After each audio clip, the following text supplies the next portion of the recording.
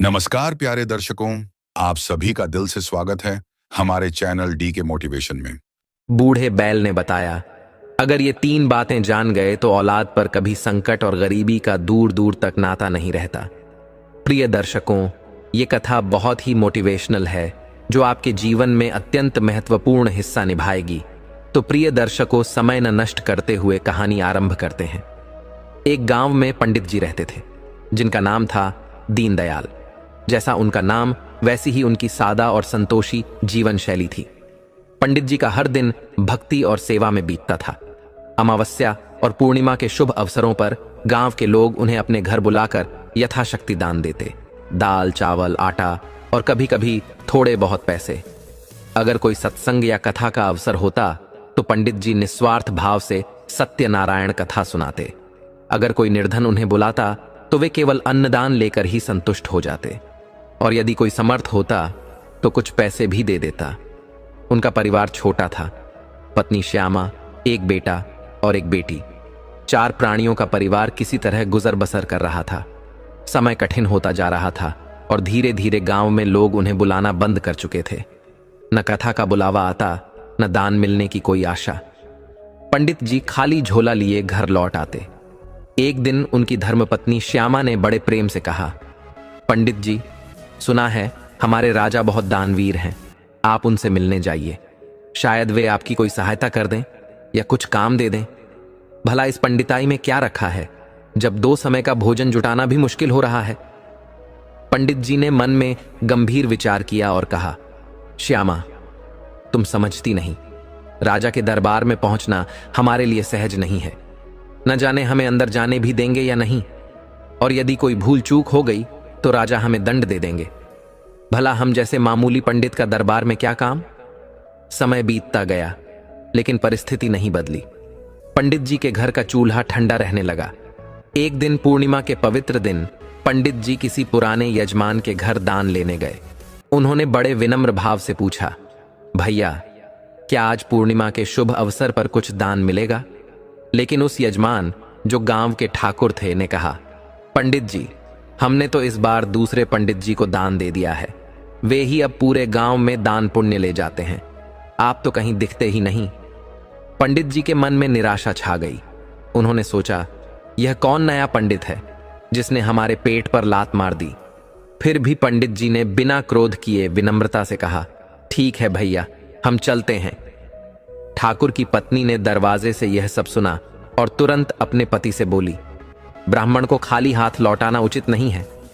उन्होंने एक थाली में आटा, चावल, दाल, घी, हल्दी और सब्जियां भरकर ठाकुर जी को दिया और कहा, इन्हें ब्राह्मण देवता को दे आइए।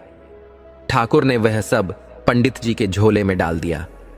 पंडित जी ने भगवान का स्मरण करते हुए झोला उठाया और घर की ओर चल पड़े। रास्ते में पंडित जी के मन में विचार आया, शायद श्यामा ठीक कह रही थी।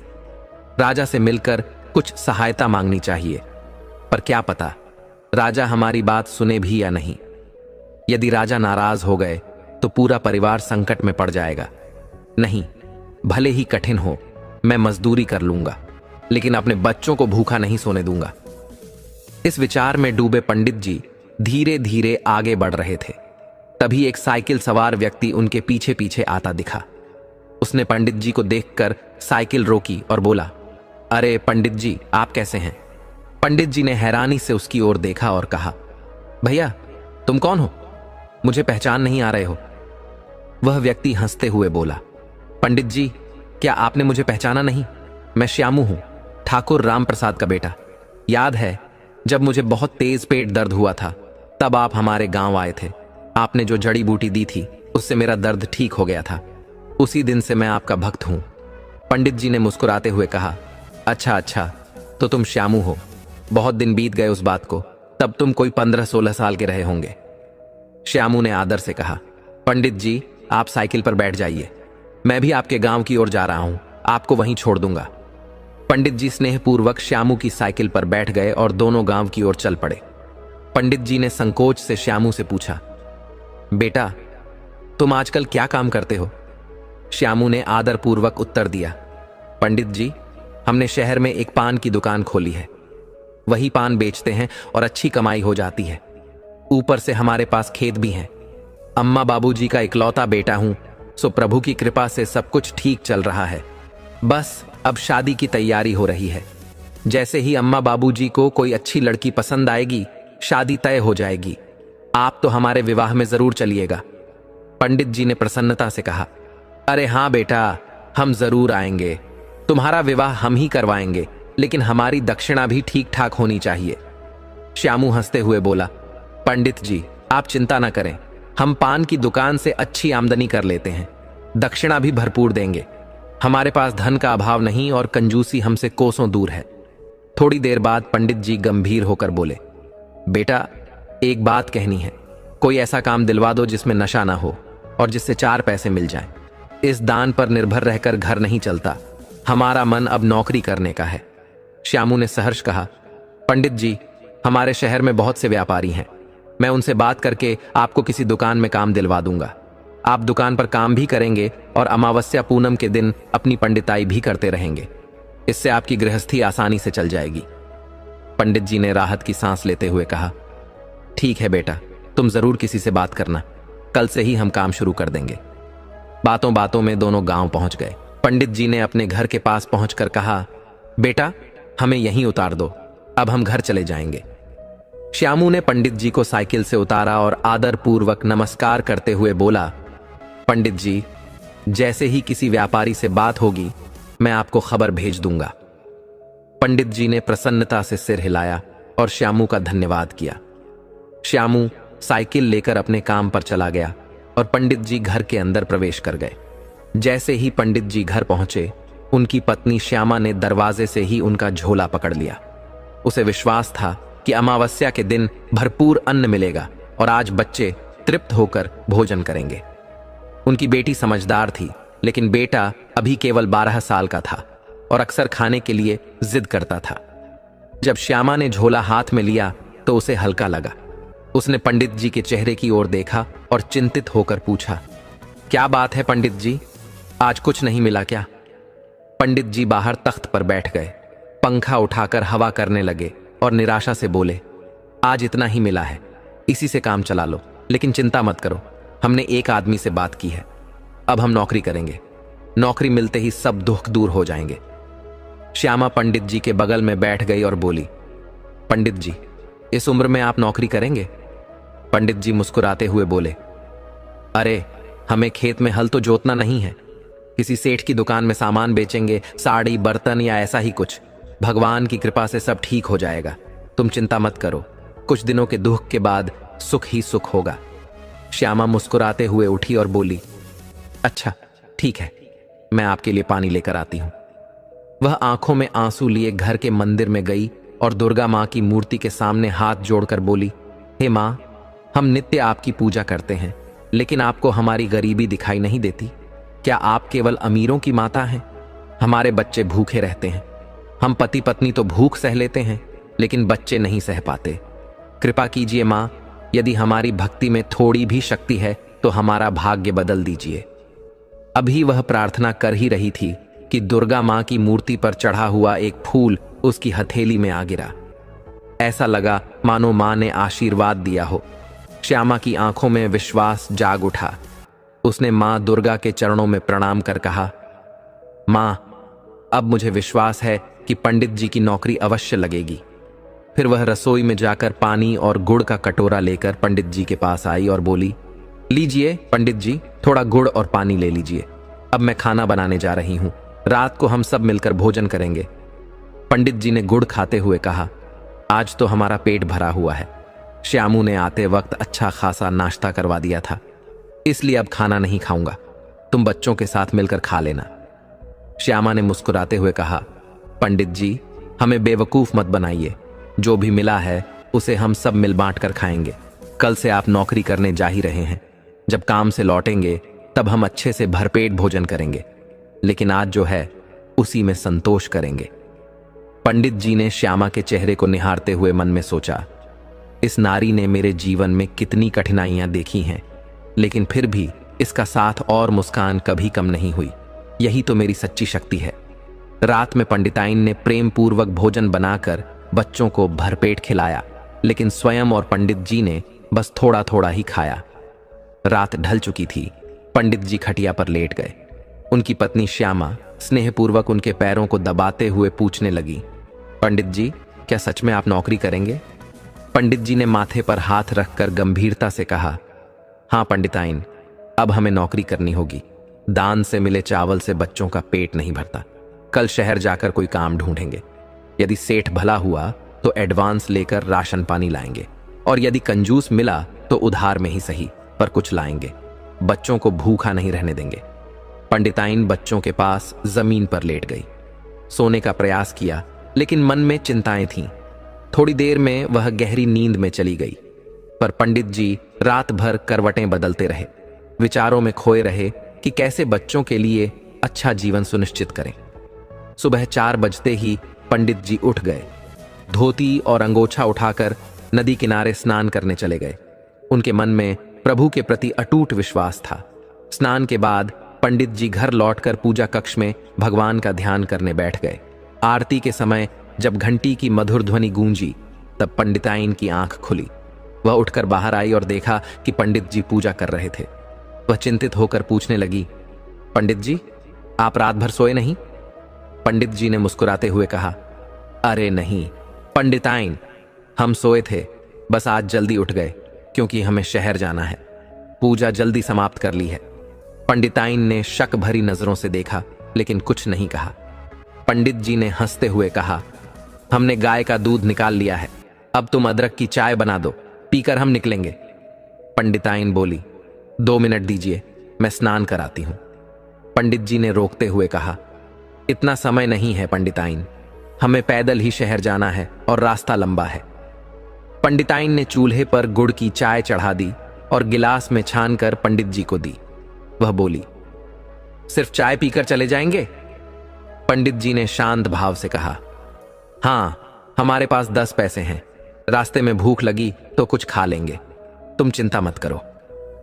चाय पीने के बाद पंडित जी ने झोला और लाठी उठाई, गले में अंगोछा डाला और बोले, देखो हम शहर जा रहे हैं, बच्चों को अच्छे से खाना बना देना, कल का कुछ बचा है ना?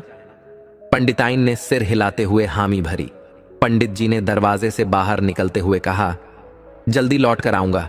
पंडिताइन का मन दुख से भर गया। उसने सोचा, रात भर इन्हें नींद नहीं आई और अब यह अकेले शहर जा रहे हैं। वह जल्दी से धोती और लौटा लेकर नदी पर स्नान के लिए चली गई। लौटकर सीधा मंदिर में गई और दुर्गा मां की मूर्ति के सामने बैठकर अश्रुपूरित नेत्रों से बोली, हे मां, क्या हमारी परीक्षा ही लिखी है? और लोग भी हैं दुनिया में, उनकी परीक्षा क्यों नहीं लेती? हमारे छोटे छोटे बच्चे भूखे रहते हैं। पंडित जी इतना तप और भक्ति करते हैं, फिर भी उन्हें नौकरी ढूंढनी पड़ती है।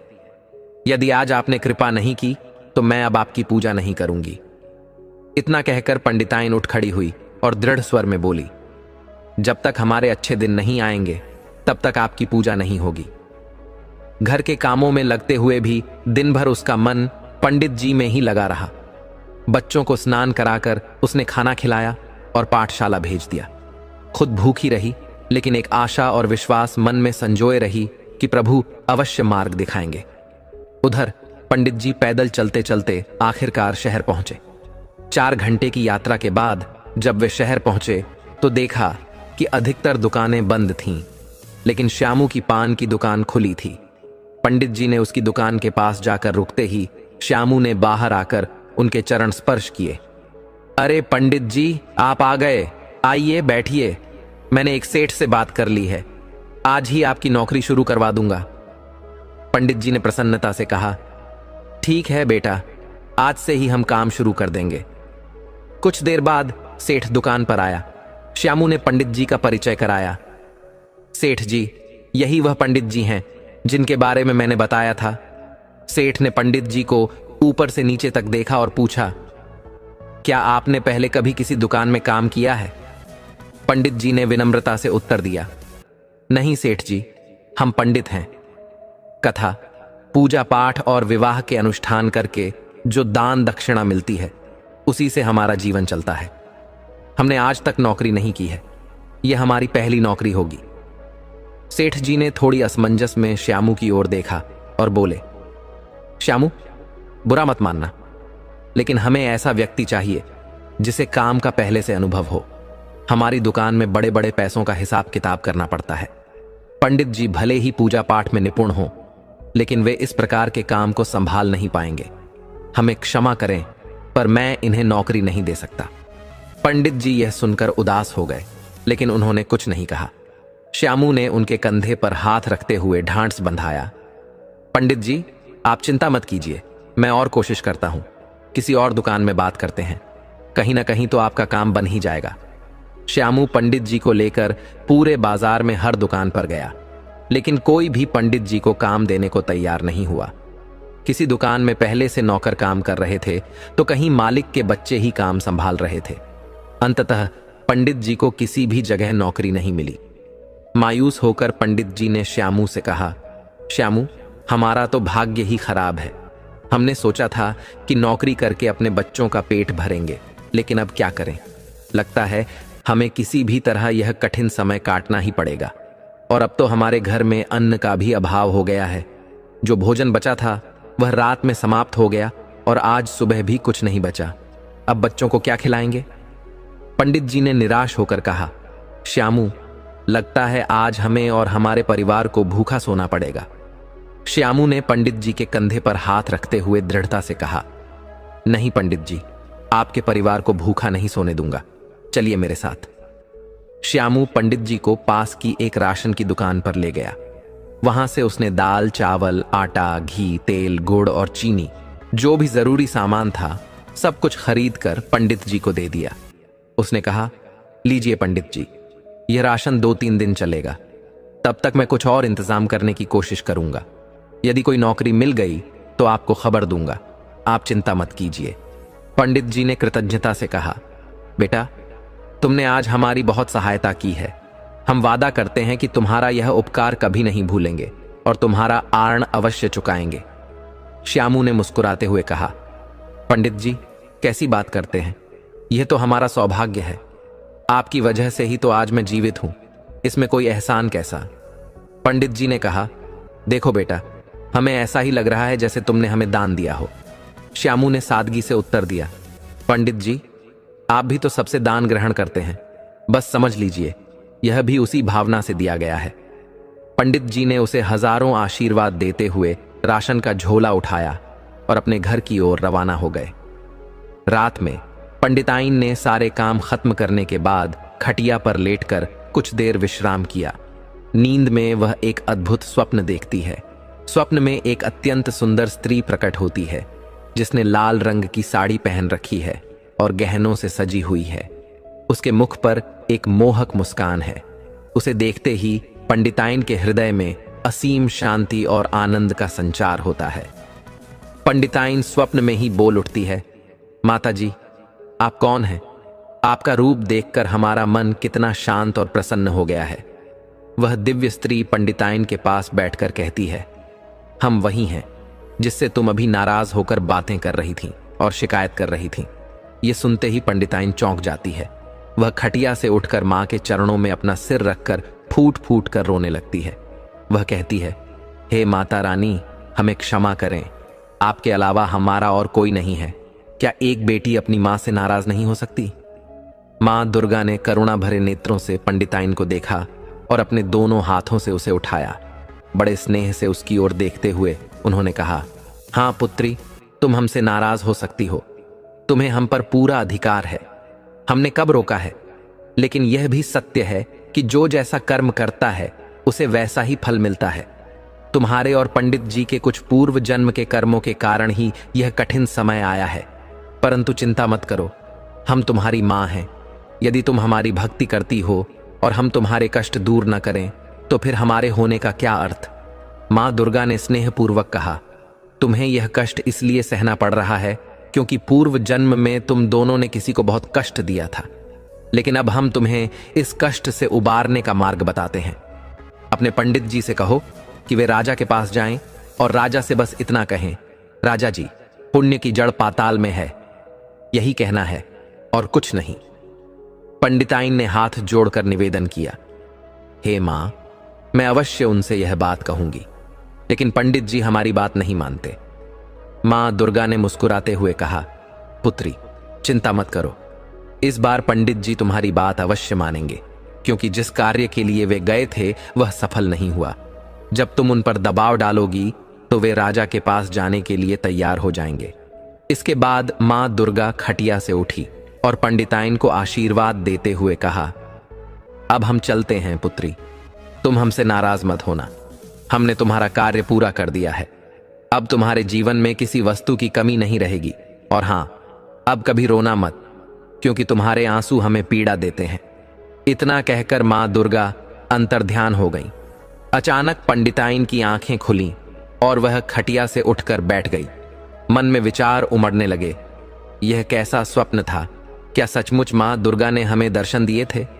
उसने अपने चेहरे पर हाथ फेरा और पाया कि उसकी आंखें और बाल गीले थे। उसी क्षण उसे विश्वास हो गया कि यह कोई साधारण स्वप्न नहीं था। मां दुर्गा ने स्वयं उसे दर्शन दिए थे। संध्या के समय पंडित जी अत्यंत प्रसन्न मन से घर लौट रहे थे। दिया बाती का पवित्र समय हो चुका था। पंडिताइन ने तुरंत कुएं से पानी भरा, स्नान किया और घर के मंदिर में मां दुर्गा के चरणों में हाथ जोड़कर खड़ी हो गई। आंखों में श्रद्धा और हृदय में कृतज्ञता के भाव से उसने कहा, हे मां दुर्गा, हमारे कष्ट हरने के लिए आपका कोटि कोटि धन्यवाद। लेकिन आज हमारे पास तेल नहीं है कि आपके चरणों में दीपक जला सकें। बस मैं हाथ जोड़कर आपसे प्रार्थना करती हूं, कृपया क्षमा करें मां। जब हमारे पास साधन होंगे तब आपके चरणों में दीपक अवश्य जलाएंगे। मंदिर में मां की प्रतिमा के आगे खड़ी पंडिताइन का मन आज बड़ा प्रसन्न था। वह मन ही मन सोचने लगी, अब पंडित जी मेरी बात अवश्य मानेंगे, उन्हें राजा के दरबार में भेजकर ही रहूंगी। अगर वे नहीं गए तो इस बार उनसे कोई बात भी नहीं करूंगी। रात गहराने लगी, लेकिन पंडित जी अभी तक घर नहीं लौटे थे। पंडिताइन ने दूसरे घर से थोड़ा सा आटा और घी उधार लिया, फिर बच्चों के लिए रोटियां बनाई और घी लगाकर उन्हें खिलाकर सुला दिया। उनकी बड़ी बेटी राधा अभी तक जाग रही थी। वह दरवाजे के पास आकर पंडिताइन के बगल में बैठ गई और चिंता से बोली, मां, तुमने हमें तो खाना खिला दिया, लेकिन खुद कुछ नहीं खाया, क्यों? पंडिताइन ने उसे स्नेह से देखते हुए कहा, अरे राधा, तुम अब तक क्यों जाग रही हो? जाओ, सो जाओ। पिताजी जब आ जाएंगे तब हम भी उनके साथ खाना खा लेंगे। अभी तक वह नहीं लौटे हैं, इसलिए मन में थोड़ा चिंता हो रही है। रात काफी हो चली है और वे अभी तक घर नहीं पहुंचे हैं। राधा ने अपनी मां के चेहरे पर गहरी चिंता देखी और बोली, मां, आप परेशान मत होइए, देखिए पिताजी आ ही रहे होंगे। पंडिताइन ने प्यार से राधा के सिर पर हाथ फेरा और कहा, जाओ बेटी, सो जाओ, मैं तुम्हारे पिताजी के आने का इंतजार कर रही हूं। जब वे आएंगे तब हम सब साथ बैठकर भोजन करेंगे। मां बेटी दरवाजे के पास बैठी प्रतीक्षा कर रही थी कि अचानक राधा ने दूर से किसी को आते देखा। उसने उत्साहित होकर कहा, मां देखो, पिताजी आ रहे हैं। पंडिताइन ने जब सामने सड़क की ओर देखा और पंडित जी को आते पाया तो उसका मन प्रसन्नता से भर गया। उसकी सारी चिंता समाप्त हो गई। उसने राधा से कहा, अब तुम जाओ और सो जाओ, जब हम पिताजी को खाना खिलाकर सोने आएंगे तब तुमसे बातें करेंगे। राधा अपने कमरे में सोने चली गई। धीरे धीरे पंडित जी घर में प्रवेश करते हैं और अपनी पत्नी को जागते हुए देखकर आश्चर्य से पूछते हैं, अरे तुम अब तक जाग रही हो? पंडिताइन ने स्नेह से कहा, मुझे लगा था कि आज आपको देर हो गई है, इसीलिए इंतजार कर रही थी। पंडित जी ने उत्तर दिया, हाँ, देर तो हो गई और रास्ते में सोच रहा था कि बच्चे भूखे तो नहीं सो गए होंगे। तभी पंडिताइन की नजर पंडित जी के दोनों हाथों में बड़े बड़े झोलों पर पड़ी, जो खाने पीने के सामान से भरे हुए थे। लेकिन पंडित जी के चेहरे पर कोई विशेष प्रसन्नता नहीं थी। पंडिताइन ने झोले पंडित जी के हाथों से ले लिए और पूछा, आज खाने को कुछ नहीं होगा तो बच्चे भूखे ही सो गए होंगे? पंडित जी ने मुस्कुराते हुए उत्तर दिया, नहीं नहीं, मैंने सामने वाली पंडिताइन से थोड़ा आटा और घी ले लिया था। रोटियां बनाकर बच्चों को घी के साथ खिला दिया है, वे भरपेट खाकर सो गए हैं। पंडिताइन ने गंभीरता से कहा, मुझे पता है कि आपको आज कोई काम नहीं मिला। पंडित जी हैरानी से अपनी पत्नी का चेहरा देखते हुए बोले, तुम्हें कैसे पता चला कि मुझे कोई काम नहीं मिला? पंडिताइन ने हल्की मुस्कान के साथ कहा, पहले आप स्नान कर लीजिए, फिर मैं बताती हूं। पंडित जी बाहर आंगन में गए और स्नान करने लगे। उधर पंडिताइन ने चूल्हा जलाकर तवे पर रोटियां बनानी शुरू की। रसोई में जलती लकड़ियों का धुआं फैल गया।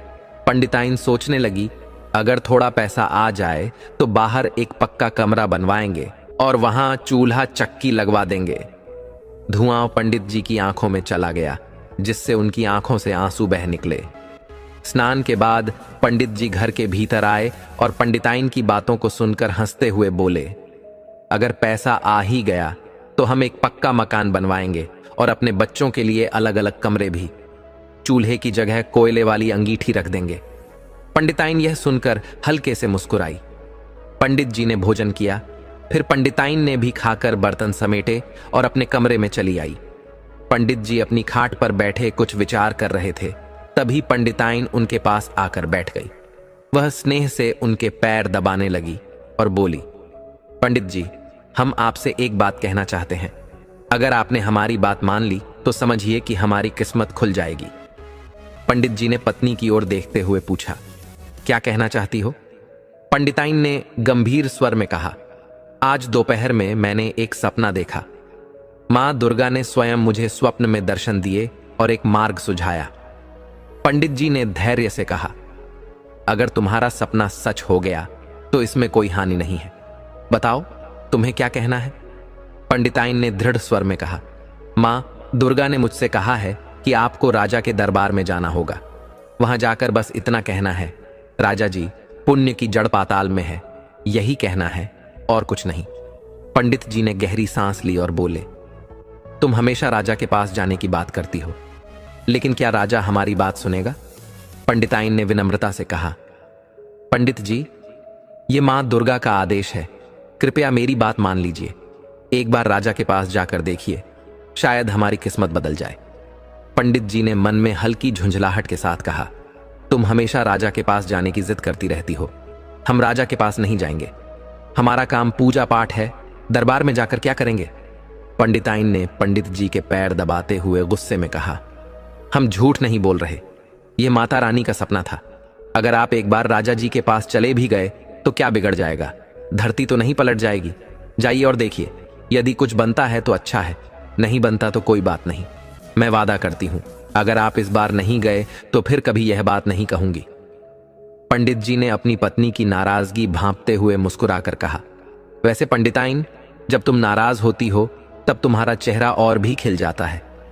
पंडिताइन ने झेंपते हुए उनका हाथ झटका और कहा, छोड़िए भी, जब मेरी बात नहीं माननी तो मुझसे बात भी मत कीजिए।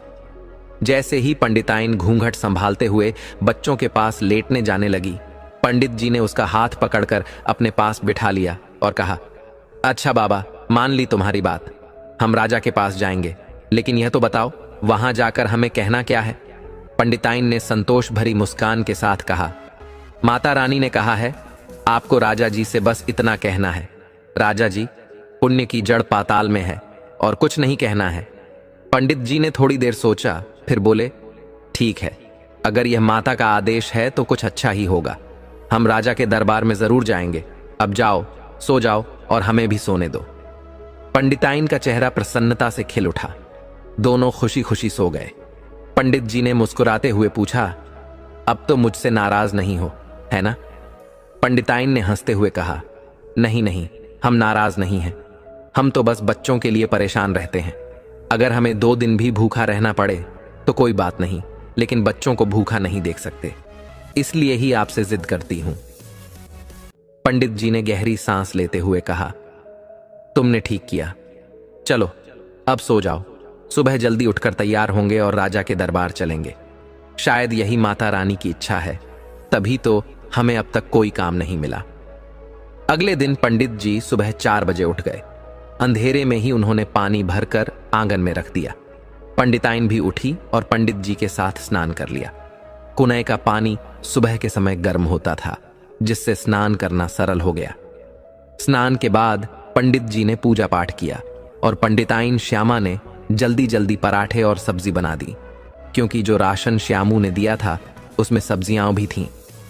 पंडित जी ने कहा, श्यामा, सुबह सुबह भूख नहीं लगती, ऐसा करो, पराठे कपड़े में बांध दो, हम रास्ते में खा लेंगे। हमारी लुटिया और रस्सी भी झोले में रख दो। राह में कोई कुआं या बावली मिल जाएगी तो पानी पी लेंगे। पंडिताइन ने पंडित जी की बात मानकर पराठे कपड़े में बांध दिए और झोले में लुटिया और रस्सी भी रख दी। मित्रों, पुराने समय में लोग लंबी यात्राएं पैदल करते थे, जिससे वे स्वस्थ रहते थे। रास्तों में कई कुएं और बावलियां होती थीं। यात्रियों के पास एक लोटा और पतली रस्सी रहती थी, जिसे वे कुएं में डालकर पानी निकालते और पीते थे। पंडित जी भी इस प्रथा का पालन करते हुए अपनी लुटिया और रस्सी लेकर चल पड़े। उनके झोले में पराठे बंधे थे और मन में माता रानी का आशीर्वाद। पंडिताइन दरवाजे पर खड़ी होकर पंडित जी को जाते हुए देखती रही। उसके मन में विश्वास था कि मां दुर्गा का आशीर्वाद अब उनके जीवन को बदल देगा। उसने हाथ जोड़कर मंदिर में मां दुर्गा से प्रार्थना की, हे मां, मेरे पंडित जी की रक्षा करना और उनकी यात्रा सफल करना। आपके आदेश का पालन करने के लिए ही वे आज राजा के दरबार में जा रहे हैं। कृपा करके हमें इस कठिनाई से मुक्ति दिलाइए। पंडिताइन के मन में अब कोई शंका नहीं थी। उसे विश्वास था कि मां दुर्गा का आदेश व्यर्थ नहीं जाएगा और राजा से मिलकर पंडित जी के जीवन में नया प्रकाश अवश्य आएगा। पंडिताइन दरवाजे पर खड़ी होकर अपने पति को जाते हुए देखती रही, जब तक कि पंडित जी उसकी आंखों से ओझल नहीं हो गए। पति के जाते ही पंडिताइन ने मंदिर में जाकर मां दुर्गा के चरणों में हाथ जोड़कर प्रार्थना की, हे माता रानी, आपने स्वप्न में आकर हमें पंडित जी को राजा के दरबार में भेजने का आदेश दिया था। हमने आपकी आज्ञा का पालन किया है और पंडित जी को राजा के दरबार भेज दिया है। मां, अब आप ही कृपा कीजिए कि उनके जाने से हमारा काम बन जाए, वरना पंडित जी क्रोध में आकर लौटेंगे और हमें बहुत कुछ सुनाएंगे। पंडिताइन ने मां दुर्गा की प्रतिमा के आगे आंखें मूंद कर श्रद्धा और भक्ति से प्रार्थना की और मन ही मन माता रानी से परिवार पर कृपा की याचना की। उधर पंडित जी रास्ते में चलते जा रहे थे। उनका मन बेचैन था और बार बार अपने कपड़ों को निहार रहे थे। आज उन्होंने वही कुर्ता पहना था जो उनकी शादी के समय का था। उस शादी को 20 साल बीत चुके थे, लेकिन उन्होंने यह कुर्ता केवल खास अवसरों के लिए संभाल कर रखा था। आज राजा के दरबार में जाने के लिए यही विशेष वस्त्र पहन लिया था। उन्होंने लकड़ी के कोयले से गर्म करके इस कुर्ते को बड़े मनोयोग से प्रेस किया था। एक भक्त ने उन्हें नया अंगोछा दिया था, जिसे पंडित जी ने श्रद्धापूर्वक कंधे पर डाल लिया। माथे पर तिलक लगाए, मन में अनिश्चितता और डर लिए वे कदम बढ़ा रहे थे। सोचते जा रहे थे, पत्नी के कहने पर राजा के दरबार तो जा रहा हूं, लेकिन वहां क्या होगा कोई नहीं जानता। कभी आज तक राजा से मिलने नहीं गया। राजा मुझे देखते ही महल से बाहर करवा देगा, लेकिन कोई बात नहीं, पत्नी की बात मान ली है, अब देखता हूं क्या होता है। दोपहर होते होते पंडित जी राजा के महल के पास पहुंच गए। चिंता और भय के कारण उन्होंने रास्ते में न कुछ खाया न पानी पिया। उनकी झोली में पराठे और सब्जी बंद पड़ी थी, लेकिन वे भूख प्यास की सुध खो बैठे थे। महल के विशाल और भव्य द्वार पर पहुंचकर पंडित जी ठिठक गए। वहां चारों ओर सैनिक तैनात थे। पंडित जी की धड़कन तेज हो गई। उन्होंने सोचा, यहां से चुपचाप निकल जाना ही बेहतर होगा। कहीं राजा ने क्रोध में आकर मुझे दंड दे दिया तो? यदि दरबार में गया और राजा मुझसे नाराज हो गया तो क्या पता सूली पर लटका दे। इतना सोचकर पंडित जी पीछे मुड़ने ही वाले थे कि अचानक उनके मन में अपने बच्चों के मासूम चेहरे आ गए। उन्होंने सोचा, अगर मैं यहां से वापस चला गया तो हमारे बच्चे भूखे रहेंगे, माता रानी का आदेश भी अधूरा रह जाएगा। ये विचार आते ही उनका साहस लौट आया। उन्होंने गहरी सांस ली और कदम महल के दरवाजे की ओर बढ़ा दिए। धीरे धीरे वे महल के विशाल गेट तक पहुंच गए। वहां का दृश्य अद्भुत था। सोने चांदी से बने दरवाजे पर सुंदर कलाकृतियां उकेरी गई थीं। पंडित जी दरवाजे की भव्यता को निहारते ही रह गए। तभी एक सैनिक की नजर पंडित जी पर पड़ी। मां दुर्गा की कृपा से ही पंडित जी वहां तक पहुंच पाए थे, लेकिन जैसे ही सैनिक उनकी ओर बढ़ा, पंडित जी के माथे पर पसीना छलक आया और उनका दिल तेजी से धड़कने लगा। भय ने उनके मन पर गहरा प्रभाव डाल दिया। उन्होंने मन ही मन कहा, यह सैनिक मुझे पकड़कर दरबार में ले जाएगा और राजा न जाने मेरे साथ कैसा सलूक करेगा, कहीं मुझे सूली पर न चढ़ा दे। पंडित जी, जो साधारण और विनम्र व्यक्तित्व के धनी थे, महल के दरवाजे पर खड़े थे जब एक सैनिक उनके पास आया। सैनिक ने अपने दोनों हाथ जोड़कर पंडित जी को आदरपूर्वक प्रणाम किया। पंडित जी ने आशीर्वाद देते हुए कहा, धन्य हो बेटा, ईश्वर तुम्हारा भला करें। सैनिक ने विनम्रता से पूछा, पंडित जी, क्या आप महाराज से मिलने आए हैं? पंडित जी ने हल्की मुस्कान के साथ उत्तर दिया, हाँ जजमान, हमारा नाम पंडित दीनानाथ है। हम गांव के रहने वाले हैं और आज महाराज से मिलने के लिए यहां आए हैं। सैनिक ने आदरपूर्वक कहा, पंडित जी, महाराज का दरबार लगा हुआ है, आप सीधे दरबार में चले जाइए, महाराज से भेंट हो जाएगी। उसने अपने साथियों से कहा, पंडित जी को दरबार में जाने दो। महल का द्वार सैनिकों ने खोल दिया और पंडित जी महल के भीतर चले गए। जैसे ही उनकी नजर महल के अंदर पड़ी, वे दंग रह गए।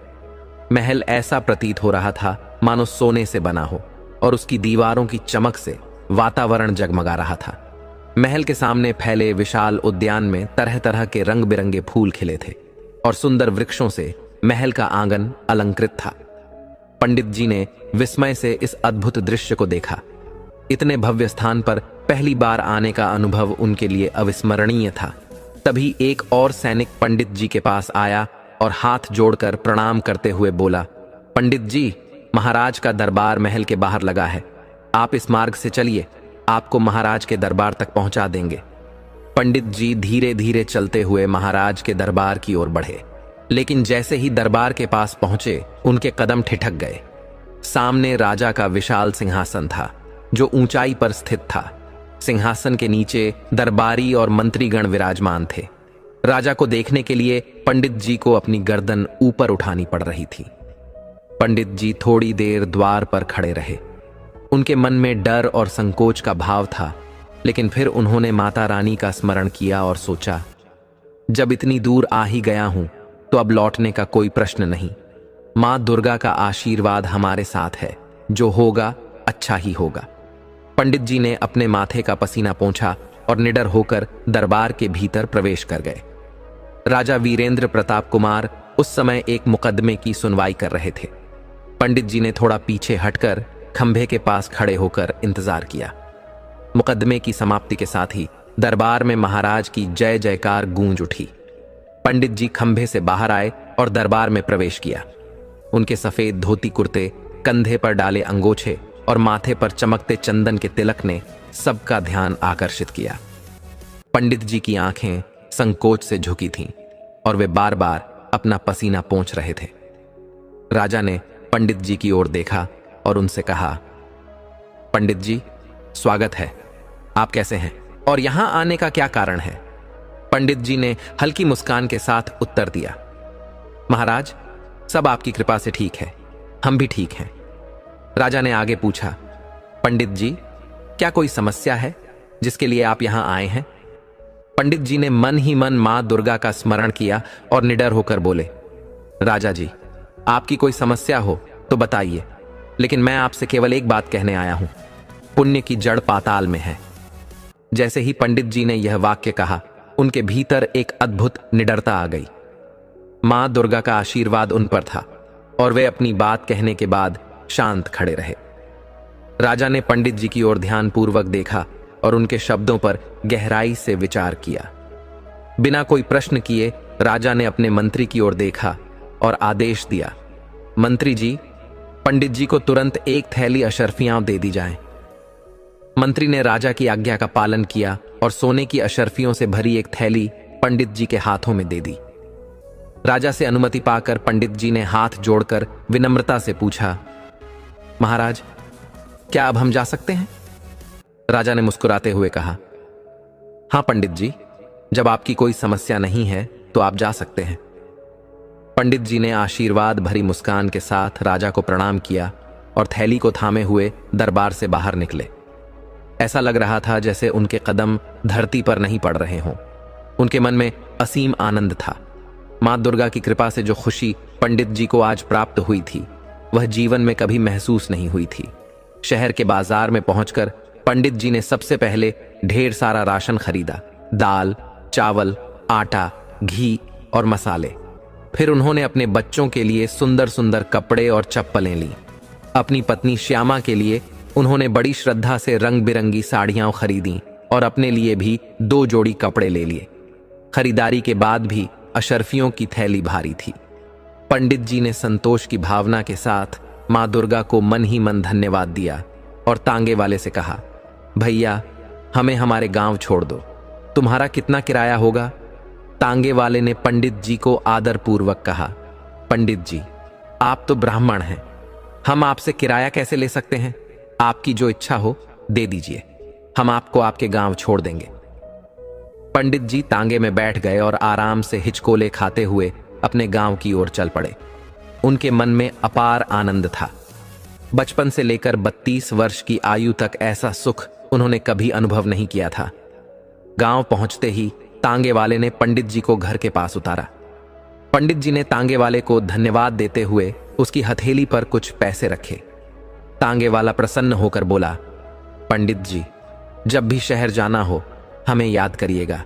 मेरा नाम रघु है और गांव के सभी लोग मुझे जानते हैं, बस किसी से भी पूछ लीजिए, मैं तुरंत आ जाऊंगा। पंडित जी ने रघु को आशीर्वाद दिया और झोलों से भरे हाथों के साथ घर की ओर बढ़े। उनके पड़ोसी दूर से यह सब देख रहे थे और आश्चर्य से भर उठे। पंडित जी को तांगे से उतरते और सामान से भरे झोले पकड़े देख पड़ोसियों ने सोचा, शायद राजा ने पंडित जी को नौकरी दे दी है, जरूर उनका काम बन गया है। पंडित जी के चेहरे पर संतोष और प्रसन्नता की झलक थी। घर पहुंचते ही उन्होंने दरवाजे के भीतर कदम रखा। श्यामा ने मुस्कुराते हुए उनका स्वागत किया और दरवाजा बंद कर दिया। पंडित जी ने आश्चर्य से पूछा, अरे दरवाजा क्यों बंद कर रही हो? श्यामा ने धीरे से कहा, आज पड़ोसी हमें देख रहे थे, कहीं नजर न लग जाए। सुना है नजर लगने से सारी खुशियां चली जाती हैं। पंडित जी ने हंसते हुए कहा, आज इतने दिनों बाद घर में हंसी की गूंज सुनाई दे रही है। मां दुर्गा की कृपा से यह सुख हमें मिला है और अब इसे कोई नहीं छीन सकता। फिर पंडित जी अपने बच्चों के पास बैठ गए और बोले, श्यामा देखो, 2 झोलों में राशन है और बाकी में कपड़े। श्यामा ने एक एक करके सामान को रसोई में रखना शुरू किया। उसका मन आज अपार आनंद से भर गया था। उसे महसूस हुआ कि उनकी गरीबी अब समाप्त हो गई है और उसके बच्चे अब भूखे नहीं रहेंगे। पंडित जी की बेटी ने उत्साहित होकर कहा, पिताजी यह लहंगा और दुपट्टा बहुत सुंदर है। पंडित जी ने गर्व से उत्तर दिया, मुझे पता था कि यह रंग तुम्हें बहुत पसंद आएगा, इसलिए यही चुना। उनका बेटा भी प्रसन्न होकर बोला, पिताजी देखिए मुझ पर यह कुर्ता पायजामा कितना अच्छा लग रहा है। पंडित जी ने मुस्कुराते हुए श्यामा की ओर देखा और कहा, अब तुम भी यह साड़ी पहनकर हमें दिखाओ, हमने इसे तुम्हारे लिए बड़े प्यार से चुना है। श्यामा शर्माते हुए बोली, बच्चों के सामने ऐसी बातें करते हो, इसे कल धोकर और मां दुर्गा को अर्पित करने के बाद ही पहनूंगी। पंडित जी ने हंसते हुए कहा, ठीक है, जैसा तुम्हारी इच्छा। अब जल्दी से भोजन बना दो, बहुत भूख लगी है। तब तक मैं स्नान कर लेता हूं। स्नान के बाद पंडित जी जब वापस आए तब रसोई से सुगंधित भोजन की महक पूरे घर में फैल रही थी। श्यामा ने आज विशेष रूप से आलू मटर टमाटर की सब्जी और गरम गरम पूरियां बनाई थीं। पंडित जी को पूरियां बहुत प्रिय थीं और उनकी मनभावन सुगंध से उनका हृदय प्रसन्न हो उठा। पंडित जी ने पूजा समाप्त की और रसोई में बैठकर अपने बच्चों को पास बुलाते हुए कहा, पंडिताइन जल्दी से गर्मागर्म पूरियां परोस दो, इनकी सुगंध से तो भूख और बढ़ गई है। श्यामा ने मुस्कुराते हुए सबके सामने थाली में पूरियां और सब्जी परोसी। पंडित जी, श्यामा और बच्चे प्रेम पूर्वक भोजन करने लगे। भोजन के दौरान पंडित जी ने प्रसन्न होकर कहा, पंडिताइन हम मिठाई भी लाए हैं, एक एक पेड़ा होना चाहिए, तभी भोजन का आनंद पूरा होगा। श्यामा ने मिठाई का डिब्बा खोलकर पंडित जी को पेड़ा दिया और सभी ने भोजन का आनंद लिया। भोजन के बाद सब लोग रसोई से उठकर अपने कमरे में आ गए। बच्चे जमीन पर नए कपड़ों में सुकून से सो गए और पंडित जी खाट पर लेटकर विश्राम करने लगे। श्यामा पंडित जी के हाथ पैर दबाने लगी। यह देख पंडित जी गहरी नींद में सो गए। कई दिनों बाद उनका परिवार तृप्ति से भोजन कर रहा था और एक सुखद शांति का अनुभव कर रहा था। मां दुर्गा की कृपा से आज घर में सुख और संतोष का माहौल था। प्रातः 4 बजे रोज की तरह पंडिताइन जागी। उसने कुएं से पानी भरकर आंगन के मटके भर दिए। पंडित जी भी जाग गए और गर्म पानी से स्नान करने लगे। स्नान करते हुए उन्होंने श्यामा से पूछा, श्यामा, आज क्या करना है? क्या आज भी राजा के दरबार जाना है? पंडिताइन ने आत्मविश्वास से कहा, हाँ पंडित जी, जब तक माता रानी की कृपा बनी है आप रोज राजा के दरबार जाइए। मां का आदेश है, इसलिए आपको जाना चाहिए। पंडित जी ने थोड़ा चिंतित होकर कहा, राजा के सामने जाकर वही बात कहनी है। राजा जी, पुण्य की जड़ पाताल में है। लेकिन अगर किसी दिन राजा ने पूछ लिया कि यह पुण्य की जड़ पाताल क्या होती है, तो हम क्या उत्तर देंगे? अगर उत्तर नहीं दे पाए तो कहीं राजा हमें सूली पर न चढ़वा दे। श्यामा ने हंसते हुए उत्तर दिया, पंडित जी, चिंता मत कीजिए, मां दुर्गा पर भरोसा रखिए। उनका मार्गदर्शन अवश्य मिलेगा, कोई ना कोई उपाय अवश्य होगा। पंडित जी ने मुस्कुराते हुए कहा, तो फिर ऐसा करना, मां से पूछ लेना कि पुण्य की जड़ पाताल क्या होती है। कहीं ऐसा ना हो कि मां के कहने पर हम सूली पर चढ़ जाएं। पंडिताइन ने स्नेह और चंचलता से पंडित जी की ओर तीव्र दृष्टि से देखा और बोली, माता रानी की बात मानिए, सब कुछ ठीक होगा। पंडित जी ने स्नान समाप्त किया और तैयार होकर राजमहल की ओर प्रस्थान करने लगे।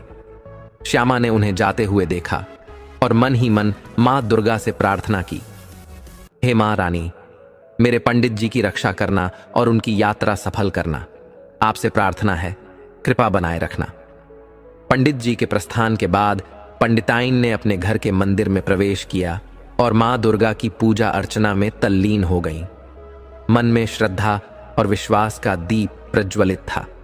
उन्हें पूरा भरोसा था कि मां दुर्गा की कृपा से उनके जीवन की कठिनाइयां समाप्त होंगी और पंडित जी की राज दरबार की यात्रा सफल होगी। रास्ते में चलते हुए पंडित जी मन ही मन सोच रहे थे, पत्नी के कहने पर हम तो रोज दरबार जा रहे हैं, लेकिन अगर किसी दिन राजा का मन बदल गया और उसने पूछ लिया कि पुण्य की जड़ पाताल में का अर्थ क्या है, तो हम क्या जवाब देंगे? उनका मन व्याकुल था। अगर राजा ने नाराज होकर हमें कैद कर लिया तब क्या होगा? राजा ने अब तक कुछ नहीं पूछा, लेकिन अगर वह अपनी दी हुई अशर्फियां वापस मांग ले तो हम क्या करेंगे? ऐसे विचारों के साथ पंडित जी राजमहल की ओर बढ़ते रहे। 2 घंटे की पैदल यात्रा के बाद पंडित जी राजमहल के द्वार पर पहुंचे। वहां के सैनिक अब पंडित जी को पहचानते थे और आदर पूर्वक उन्हें अंदर जाने देते। पंडित जी निडर होकर महल में प्रवेश कर गए। राजा अपनी सभा में व्यस्त थे और अपने राज्य के विभिन्न मामलों पर सुनवाई कर रहे थे। जैसे ही सभा समाप्त हुई, राजा ने पंडित जी की ओर देखा। पंडित जी ने नतमस्तक होकर वही बात दोहराई, राजा जी, पुण्य की जड़ पाताल में है। राजा ने बिना कुछ पूछे अपने मंत्री को आदेश दिया, पंडित जी को 2 अशर्फियों की थैली दे दी जाए। मंत्री ने थोड़ी हैरानी से राजा का आदेश सुना, लेकिन तुरंत थैली पंडित जी को सौंप दी। यह सिलसिला महीनों तक चलता रहा। पंडित जी हर दिन राजा के दरबार में जाते, वही बात दोहराते और राजा उन्हें अशर्फियों की थैली दे देता। धीरे धीरे पंडित जी का जीवन बदलने लगा। उन्होंने अपने कच्चे घर को पक्का बनवा लिया और घर में नौकर चाकर भी रख लिए जो गायों की देखभाल करते थे। श्यामा को रसोई का काम न करना पड़े, इसलिए उन्होंने खाना बनाने के लिए एक ब्राह्मण महिला भी रख ली। अब पंडित जी और उनका परिवार अच्छे भोजन का आनंद लेते और नर्म गद्दों पर सोते थे। लेकिन इस समृद्धि के बीच भी पंडित जी के मन में एक ही चिंता बनी रहती।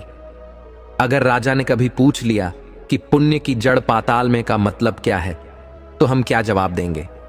और अगर राजा ने सारी अशर्फियां वापस मांग ली तो हम कहां से लौट आएंगे? एक रात पंडित जी अपनी पत्नी श्यामा से बोले, श्यामा, अब हमारा घर भी बन चुका है और नौकर भी रख लिए हैं।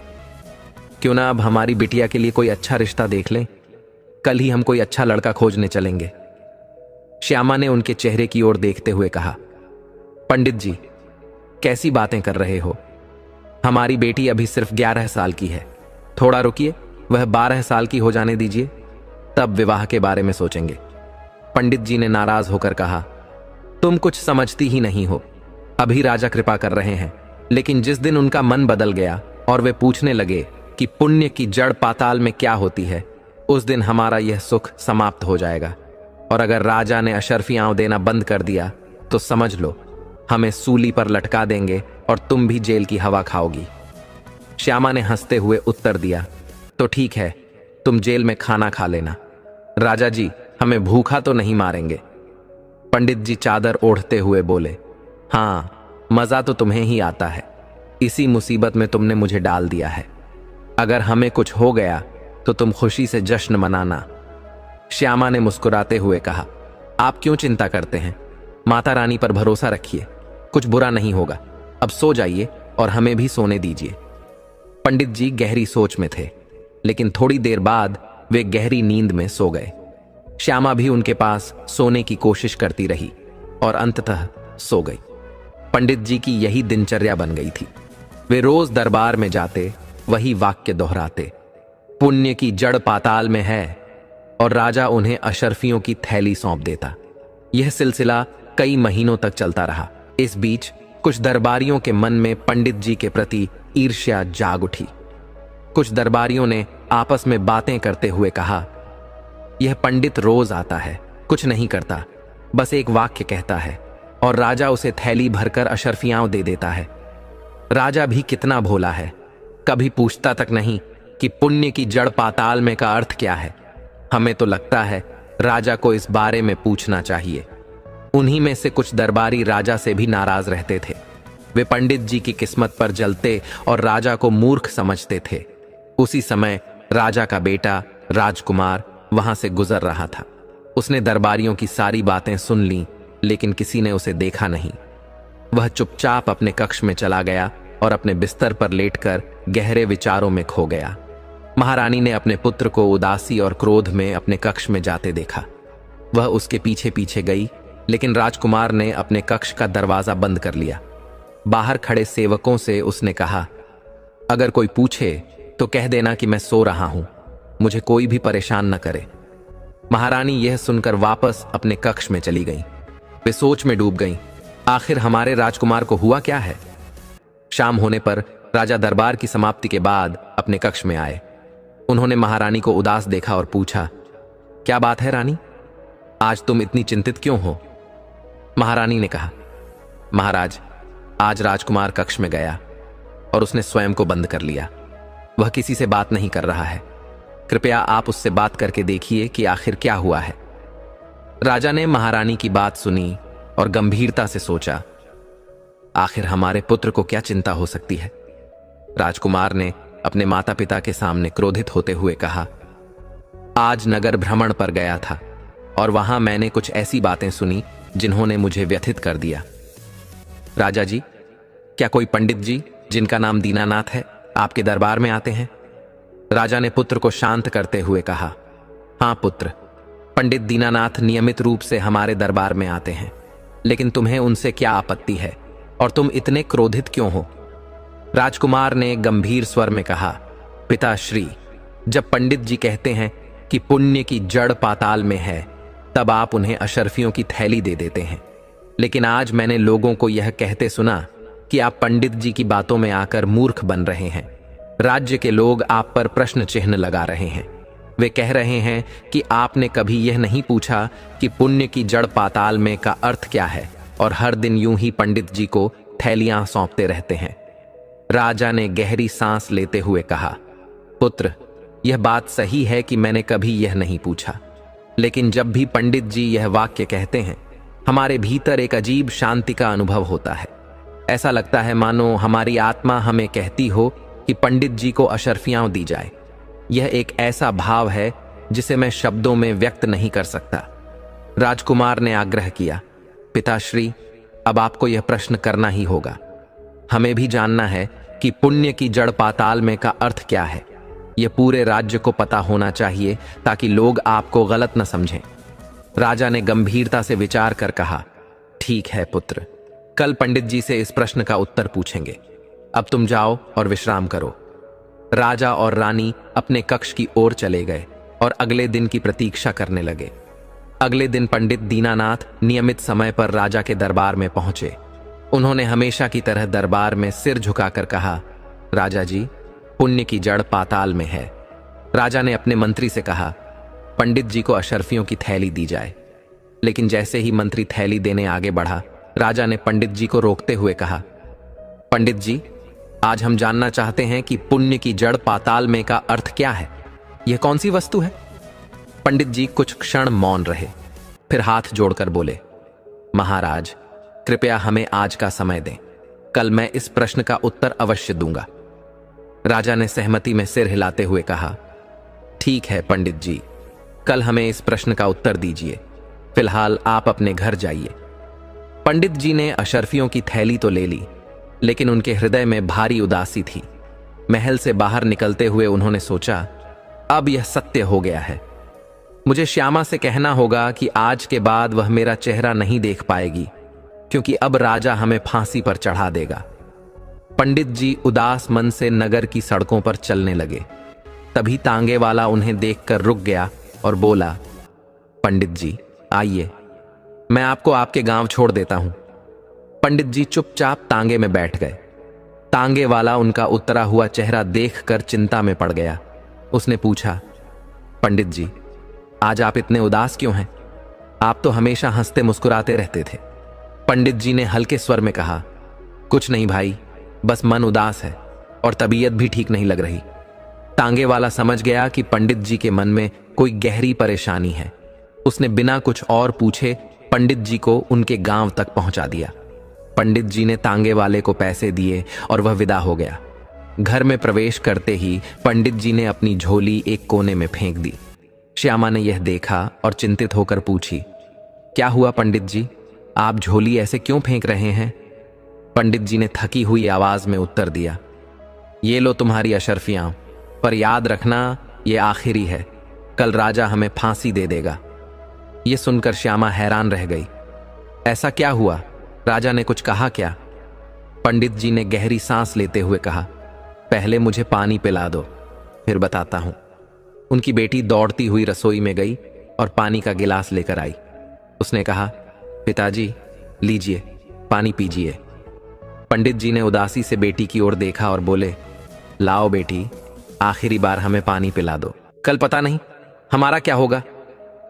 पंडित जी की यह बात सुनकर श्यामा पास में बैठ गई और बोली, अब पहेलियां मत बुझाओ पंडित जी, जल्दी बताओ आखिर क्या हुआ। पंडित जी ने गहरी चिंता में कहा, राजा ने आज दरबार में पूछा है कि पुण्य की जड़ पाताल का क्या अर्थ है। हमें इसका कोई अर्थ नहीं पता। अगर हम कल इसका जवाब नहीं दे पाए तो राजा हमें फांसी पर चढ़ा देगा। बताओ अब हम क्या करेंगे? यह सुनकर श्यामा ने मुस्कुराते हुए कहा, पंडित जी, बस इतनी सी बात के लिए आप परेशान हैं? आप चिंता ना करें, पहले आप स्नान करके आइए, मैं आपके लिए गर्मागर्म भोजन परोसती हूं, फिर आराम से बैठकर बताऊंगी कि राजा को कल क्या उत्तर देना है। पंडित जी ने हैरानी से अपनी पत्नी की ओर देखा और कहा, सचमुच तुम हमें इस कठिन प्रश्न का उत्तर बता दोगी? श्यामा ने आत्मविश्वास से उत्तर दिया, हां, पर पहले आप स्नान कर लीजिए और भोजन करिए। पंडित जी ने स्नान गृह में जाकर गर्म पानी से स्नान किया। श्यामा ने पहले से ही पानी गर्म कर रखा था। स्नान के बाद पंडित जी ने पूजा पाठ किया और तब तक श्यामा ने भोजन तैयार कर लिया। परिवार के सभी सदस्य एक साथ बैठकर भोजन करने लगे। श्यामा ने प्रेम से गर्म रोटियां और स्वादिष्ट भोजन परोसा। पंडित जी और बच्चों ने तृप्ति के साथ भोजन किया। भोजन के बाद पंडित जी अपने कक्ष में जाकर खटिया पर लेट गए और शीघ्र ही गहरी नींद में सो गए। जब श्यामा कमरे में आई तो पंडित जी के खर्राटे सुनकर मुस्कुराई और मन ही मन कहा, लगता है पंडित जी की चिंता समाप्त हो गई है। श्यामा ने स्वयं से कहा, कल सुबह हम पंडित जी को बताएंगे कि राजा को क्या कहना है और क्या दिखाना है। मां दुर्गा की कृपा से सब अच्छा ही होगा। सुबह होते ही पंडित जी जागे, लेकिन उनके मन में चिंता गहराई हुई थी। श्यामा इस कठिन प्रश्न का समाधान कैसे करेगी? यही सोचते हुए उन्होंने अनमने भाव से स्नान किया और पूजा संपन्न की। जैसे ही उन्होंने धोती कुर्ता पहना, श्यामा ने उनके लिए नाश्ता लाकर सामने रखा। लीजिए पंडित जी, आज आपके मनपसंद का नाश्ता बनाया है, श्यामा ने मुस्कुराते हुए कहा। पंडित जी उदास स्वर में बोले, मुझे नाश्ता करने का मन नहीं है। अब बताओ पुण्य की जड़ पाताल का क्या अर्थ है और हम राजा को क्या बताई? श्यामा ने मुस्कुराते हुए कहा, पहले आप नाश्ता कर लीजिए, फिर मैं बताऊंगी। पंडित जी ने थाली में रखा मीठा चीला उठाया और खाते हुए बोले, श्यामा, हमें और परेशान मत करो, हम पहले ही बहुत चिंतित हैं। श्यामा धैर्य से बोली, पंडित जी, आपको बस राजा को सुंदर तालाब तक ले जाना है और वहां पहुंचकर आंखें बंद करके कहना है, पुण्य की जड़ पाताल में है। फिर जो होगा आप और राजा दोनों देखेंगे। पंडित जी ने गहरी सांस लेते हुए कहा, समझ लो, हम सूली पर चढ़ने जा रहे हैं। अगर तुम्हारी बात गलत निकली तो हमें फांसी दे दी जाएगी, लेकिन अगर यह सच हुआ तो हम अमीर हो जाएंगे और हमारा कोई बाल भी बांका नहीं कर सकेगा। श्यामा ने आत्मविश्वास के साथ कहा, मां दुर्गा पर विश्वास रखिए, मां कभी अपने भक्तों पर से कृपा का हाथ नहीं हटाती। पंडित जी ने अपना झोला उठाया और बोले, चलो, मां का नाम लेकर हम चलते हैं, अब सब कुछ उनके हाथ में है। पंडित जी के जाने के बाद श्यामा अपने घर के मंदिर में गई। मां दुर्गा की मूर्ति के सामने हाथ जोड़ते हुए वह प्रार्थना करने लगी, हे मां रानी, सब कुछ आपकी कृपा पर है। आपने ही स्वप्न में हमें मार्ग दिखाया, वही हमने पंडित जी को बताया है। अब हमारे पंडित जी की रक्षा करना। पंडित जी राज दरबार पहुंचे। आज दरबार में उपस्थित सभी लोग पंडित जी को देखकर मुस्कुरा रहे थे। पंडित जी समझ गए कि लोग उनकी ओर व्यंग्य कर रहे हैं। उन्होंने सोचा, ये सब इसलिए हंस रहे हैं क्योंकि उन्हें पता है कि आज राजा हमसे पुण्य की जड़ पाताल का अर्थ पूछने वाला है। अगर हम नहीं बता पाए तो हमें कड़ी सजा मिलेगी। पंडित जी मन ही मन मां दुर्गा का स्मरण करते रहे, हे मां, अब सब कुछ आपके ही हाथों में है। तभी एक दरबारी ने आवाज लगाई, राजा साहब दरबार में पधार रहे हैं। सभी लोग खड़े हो गए। राजा ने प्रवेश किया और सिंहासन पर विराजमान हो गए। पंडित जी ने दोनों हाथ जोड़कर राजा को प्रणाम किया। राजा ने मुस्कुराते हुए पंडित जी से कहा, आज हम आपके पुण्य की जड़ पाताल का अर्थ जानना चाहते हैं। कृपया हमें और हमारे दरबारियों को इसका रहस्य बताइए। पंडित जी ने राजा से निवेदन किया, राजा साहब, पुण्य की जड़ पाताल बताने की नहीं, अनुभव करने की चीज है। कृपया आप और दरबार के लोग हमारे साथ सुंदर तालाब चलिए। राजा ने सबको शांत किया और बोले, हम पंडित जी के साथ सुंदर तालाब जाएंगे। जो भी चलना चाहता है वह साथ आ सकता है। राजा का रथ तैयार हो गया। पंडित जी को रथ में बैठाकर राजा ने काफिले के साथ सुंदर तालाब की ओर प्रस्थान किया। थोड़ी देर बाद काफिला तालाब के पास पहुंच गया। तालाब के पास का वातावरण अत्यंत मनोहर था। चारों ओर खिले फूल, फलों से लदे वृक्ष और शीतल हवा। तालाब में कमल के फूल खिले थे और रंग बिरंगी चिड़ियां चहचहा रही थीं। मंत्री ने तालाब का सौंदर्य देखते हुए कहा, यह स्थान अत्यंत सुंदर है। यहां आकर मन यहीं ठहर जाने का करता है। लगता है जैसे यह कोई दिव्य स्थल है जहां कोई परम शक्ति विराजमान है। पंडित जी ने राजा से कहा, राजा साहब, आइए तालाब के किनारे चलते हैं। राजा और उनके दरबारी तालाब के पास पहुंच गए। पंडित जी ने तालाब के किनारे खड़े होकर आंखें बंद की और ऊंची आवाज में बोले, पुण्य की जड़ पाताल में है। उनके यह कहते ही तालाब का पानी सूख गया और उसके भीतर से एक सुनहरी सीढ़ी प्रकट हुई। पंडित जी ने राजा की ओर देखा और कहा, राजा साहब, आइए इस सीढ़ी से नीचे उतरते हैं। राजा ने अपने मंत्रियों की ओर देखा और कहा, हम भी इस सीढ़ी से उतरते हैं। आइए देखें पुण्य की जड़ का रहस्य क्या है। पंडित जी के मन में भय था, लेकिन उन्होंने मां दुर्गा का स्मरण किया। हे मां, अब सब आपके हाथों में है। राजा और दरबारी पंडित जी के साथ सीढ़ी से नीचे उतरने लगे। दरबारी मंत्री की डांट सुनकर शांत हो गए और पंडित जी के पीछे पीछे चलने लगे। जैसे ही वे सोने की सीढ़ियों के अंत में पहुंचे, उनकी आंखें विस्मय से चौंधिया गईं। उनके सामने एक अद्भुत नगर प्रकट हुआ जो सोने, हीरे और मोतियों से सजा हुआ था। पूरा नगर इतना भव्य और सुंदर था कि सभी दंग रह गए। राजा मंत्रमुग्ध होकर नगर को निहारते हुए पंडित जी से बोले, पंडित जी, यही है पुण्य की जड़ पाताल? क्या ऐसा नगर वास्तव में पाताल में हो सकता है? पंडित जी ने सिर हिलाते हुए कहा, हां महाराज, यही पुण्य की जड़ पाताल है। राजा विस्मय से बोले, यह नगर तो हमारे राज्य से भी सुंदर है। पंडित जी, ये किस महान राजा का नगर है? पंडित जी ने एक स्थानीय व्यक्ति को पास बुलाया और विनम्रता से पूछा, भैया, यह नगर किसका है? वह व्यक्ति पंडित जी की ओर देखकर बोला, अरे ब्राह्मण देवता, यह नगर उस महान राजा का है जो पृथ्वी लोक पर अनगिनत पुण्य कर्म कर रहा है। जब वह राजा इस जीवन से विदा होगा तब वह यहां पाताल लोक में शासन करेगा। राजा ने चकित होकर कहा, कौन है वह भाग्यशाली राजा जिसने पृथ्वी पर इतने पुण्य अर्जित किए हैं कि उसकी जड़ें पाताल तक फैल गईं? वह व्यक्ति राजा की ओर देखकर मुस्कुराया और बोला, क्या आप नहीं जानते? वह महान राजा और कोई नहीं बल्कि स्वयं प्रताप नारायण हैं। यही नगर उनके लिए बनाया जा रहा है और जब वह स्वर्गलोक से यहां पधारेंगे तब इस नगर में राज करेंगे। उनके लिए स्वर्ग के सेवक भी यहां बुलाए जा रहे हैं। राजा ने यह सुनते ही पंडित जी की ओर देखा। पंडित जी ने विनम्रता से मुस्कुराते हुए कहा, राजा साहब, अब आपने पुण्य की जड़ पाताल का अर्थ जान लिया है। चलिए अब हम अपने राज्य लौटते हैं।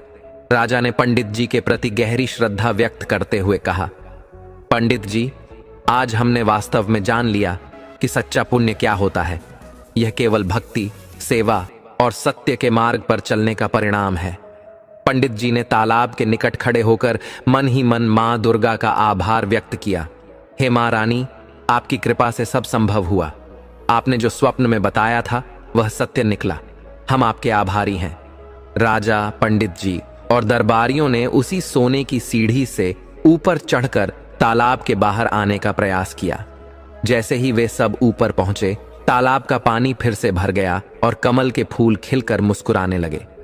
राजा ने अपने रथ में पंडित जी को बैठाया और काफिला नगर की ओर बढ़ चला। रास्ते में राजा ने मंत्री को आदेश दिया, पंडित जी के लिए एक रथ और सिपाही नियुक्त किया जाए। अब से हर दिन यह रथ पंडित जी को उनके घर से लेने आएगा और राजमहल छोड़कर जाएगा। मंत्री ने तुरंत राजा के आदेश का पालन किया और पंडित जी को सम्मान पूर्वक उनके घर तक छोड़ने का प्रबंध किया। जब पंडित जी रथ में बैठकर अपने गांव पहुंचे तो गांव के लोग आश्चर्य से उनकी ओर देखने लगे। जो लोग कभी पंडित जी की परवाह नहीं करते थे, वे आज उन्हें रथ में बैठे राजसी अंदाज में देखकर हर्षित हो गए। सभी ने पंडित जी के सम्मान में हाथ जोड़कर प्रणाम किया, लेकिन पंडित जी को इस सम्मान का कोई घमंड नहीं था। वे नम्रता से सबको आशीर्वाद देते हुए अपने घर की ओर बढ़े। जब रथ पंडित जी के घर के पास पहुंचा तो श्यामा दरवाजे पर बैठी उनकी प्रतीक्षा कर रही थी। पंडित जी को रथ से उतरते देख श्यामा के होठों पर प्रसन्नता की मुस्कान फैल गई। वह समझ गई कि मां दुर्गा ने अपना चमत्कार दिखा दिया है और उनके पंडित जी सुरक्षित लौट आए हैं।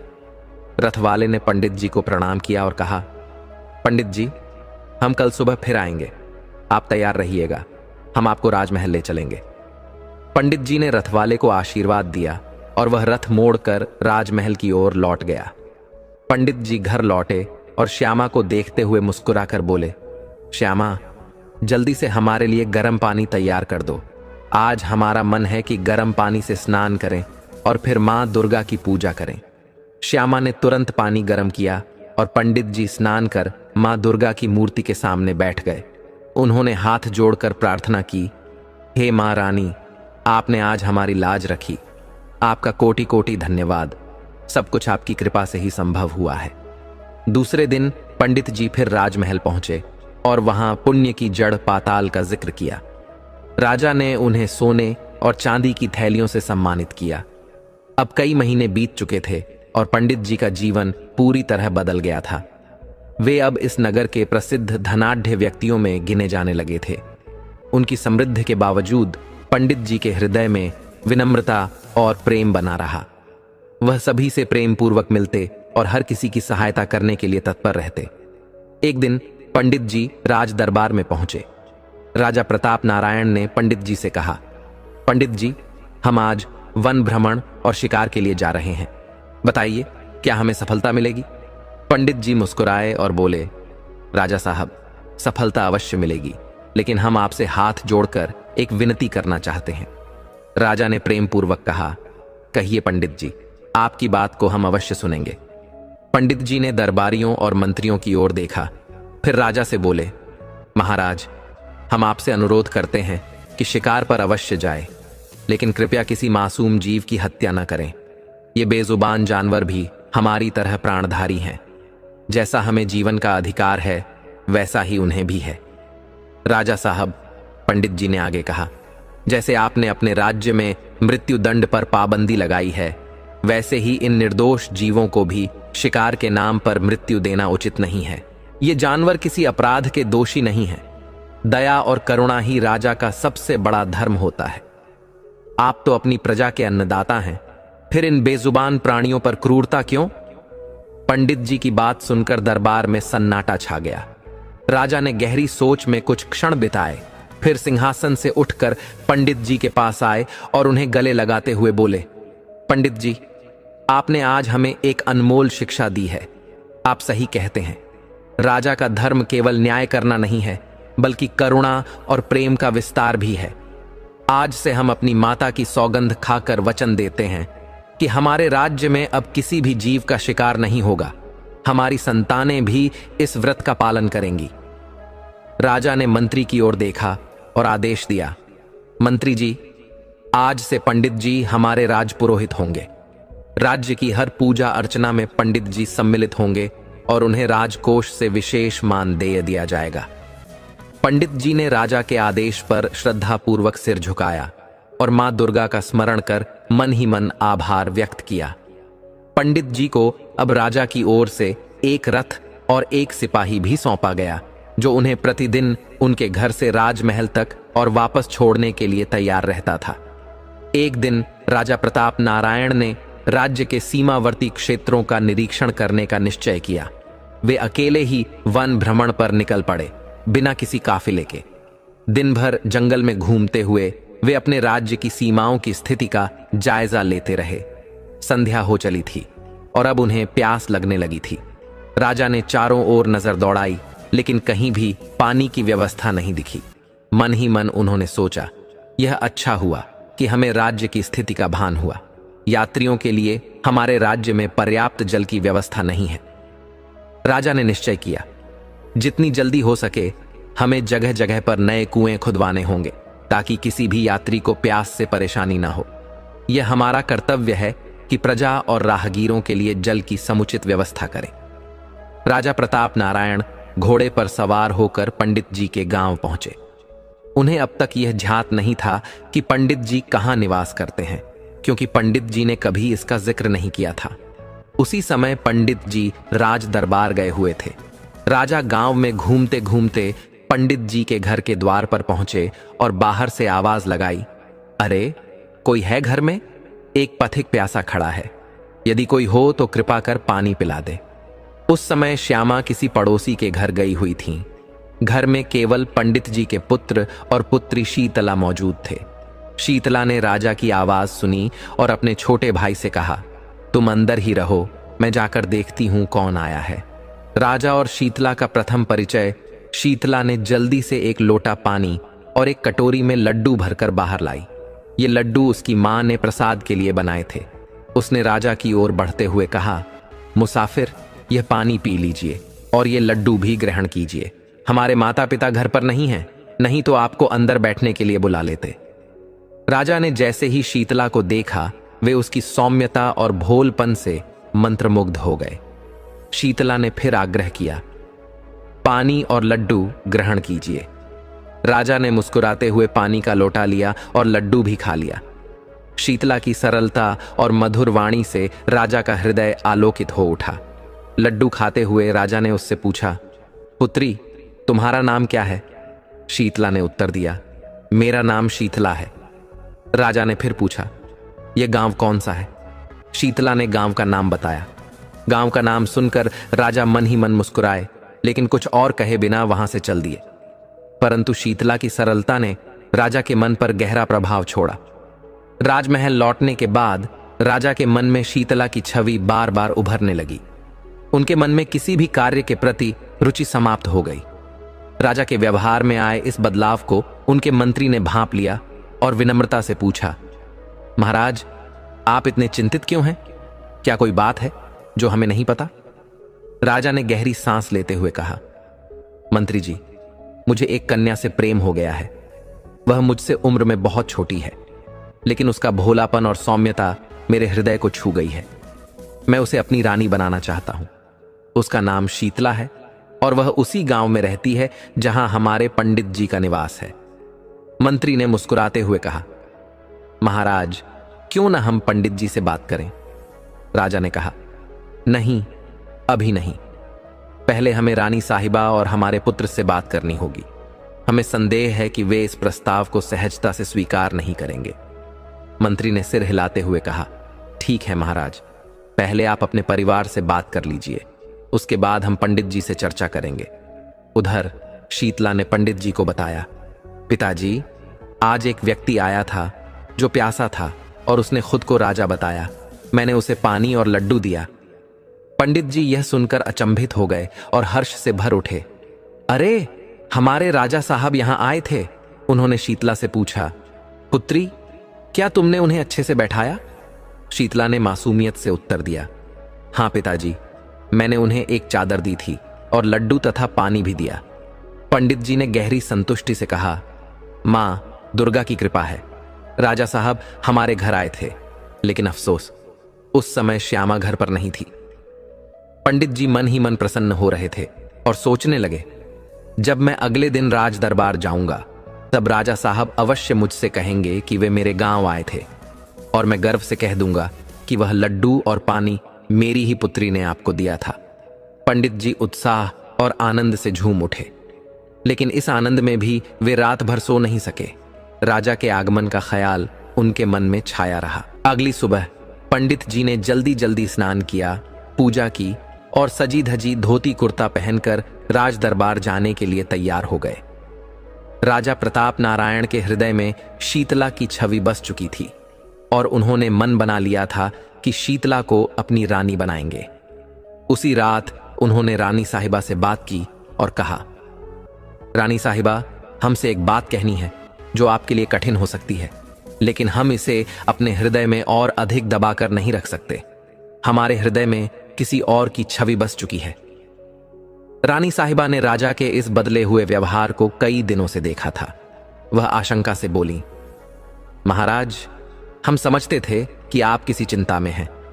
अब कृपया हमें बताइए, ऐसा क्या हुआ है? राजा ने रानी का चेहरा देखते हुए धीरे से कहा, रानी साहिबा, हम पंडित जी के गांव की एक अत्यंत सुंदर कन्या शीतला से प्रेम करते हैं। हम उसे अपनी रानी बनाना चाहते हैं। यदि आपको स्वीकृति हो तो हम उससे विवाह कर लें। रानी साहिबा मुस्कुराते हुए बोली, महाराज, आप राजा हैं, कई रानियां में रखना आपका अधिकार है। हम आपकी अर्धांगिनी हैं और हमारा धर्म है कि हम आपकी प्रसन्नता में सहभागी हों। यदि आप प्रसन्न रहेंगे तो राज्य का कार्य भी अच्छे से होगा। आपकी प्रसन्नता ही हमारी प्रसन्नता है। आप उसे अपनी रानी बना सकते हैं। राजा ने चिंतित होकर कहा, पर हमारा पुत्र इस निर्णय को स्वीकार नहीं करेगा। रानी साहिबा ने प्रेम से कहा, आप इसकी चिंता न करें, हम उसे समझा देंगे।